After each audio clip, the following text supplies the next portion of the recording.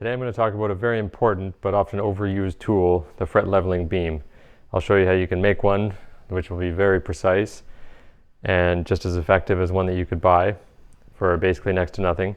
And I want to talk about when to use it and more importantly when not to use it. So I'm Dave with Stringing It Together and let's dive in. So first I want to talk about what you're going to need. So I make mine out of a level and 400 sandpaper, 320 sandpaper, aluminum oxide, some blue painter's tape, and super glue or double-sided tape. Now, an 18-inch level is better than a 24-inch level. If you have multiple, like me, I have quite a few for some reason, then you can cut that 24-inch level to size. It's up to you. If you only have one, don't worry, you can still use it as a level after. So here's my level here. And the good thing about using a level is that you know with a certain amount of confidence that this edge is perfectly flat. You don't have to use a level though, because you can also get a steel bar or an aluminum bar down at your hardware store and just get it cut to size, maybe even have one laying around. And in that case, you're going to need to flatten it up. Now, even with a level, if you want the level of precision that you're going to get with, say, a StewMac tool, something that's really well made, you still can make it a bit more higher tolerance, lower tolerance of flatness. So I'll show you how to do that. I'm going to take a piece of glass, which you know is flat because it's liquid that's cooled on a flat surface. And I'm going to use this to make this perfectly flat, even more flat than it is right now. And you can judge the trueness or the flatness by shining a light behind it and looking from this way.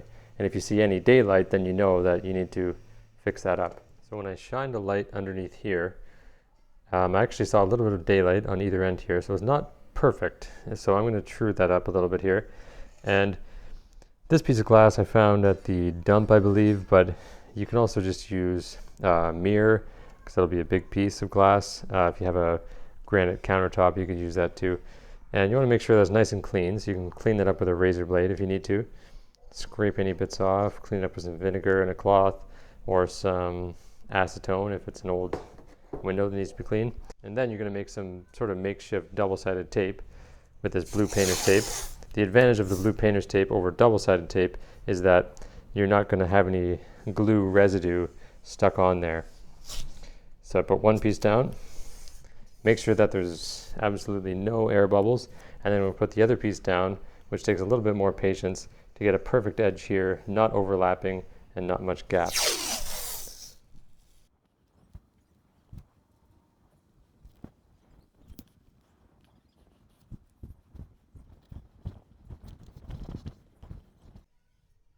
again, make sure there's no overlap and there's not too big of a gap there. And then you're going to do that again here.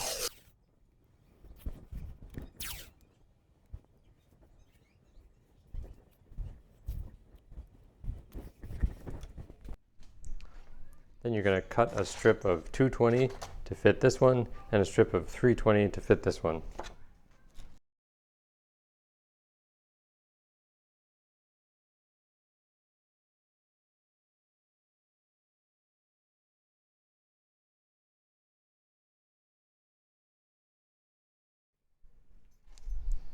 So once you've let that sit for probably about a minute with something flat on top, now you're ready to start with the 220. Not putting too much downward pressure, just pressure back and forth and holding it in place. You're just going to move it back and forth.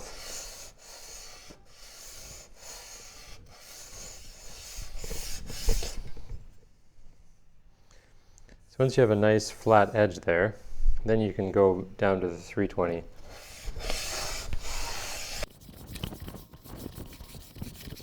And you'll start to feel it almost turn into like a suction cup with the 320 because it's so perfectly flat.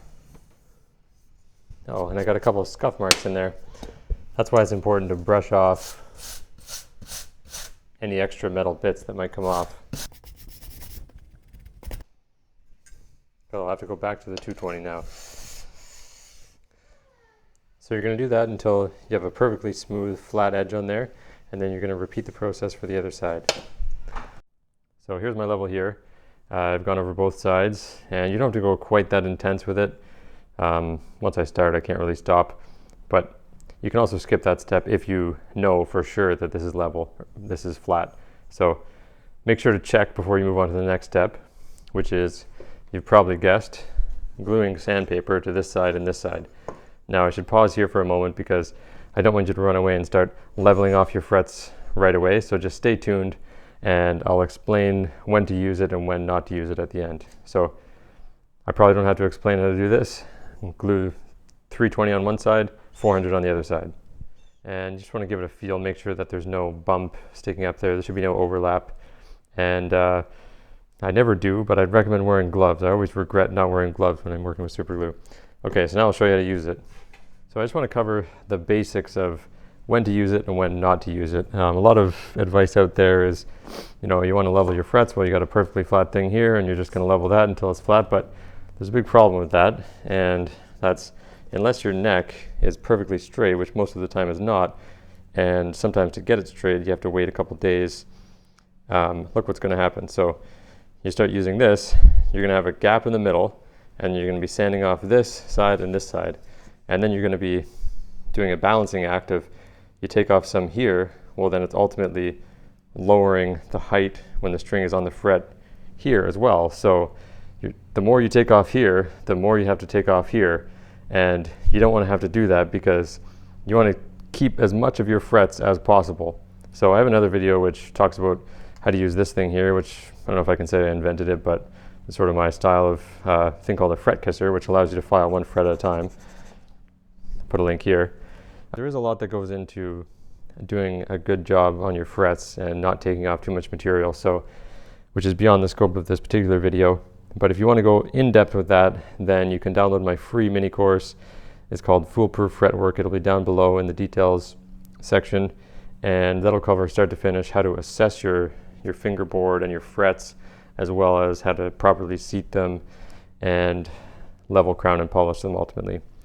But I just want to talk briefly also about what I do use this for, which is what's called a fall off. So basically, I'll put a piece of tape on, you know, around here, the 9th or 10th fret, or further back, depending on the scale length. And then that'll create a bit of an angle, so I'm not actually touching the frets up here, I'm just touching them down here. And then that is angling them off ever so slightly towards the bridge there, and that's going to give you a little bit more wiggle room in a gentle slope like that. The other thing that I will use it for, if my neck is straight, is using that 400 to just do a nice quick little level. If everything is straight and everything's seated properly, then yeah, you can use that for the whole frets, every fret I mean. So there you have it, a fret leveling beam for next to nothing, very easy to make and extremely precise. If you like this video, then don't forget to hit subscribe if you want to see more, and give it a thumbs up because that'll help promote it to other people like you. And that's all for now. Stay tuned and I'll see you next week.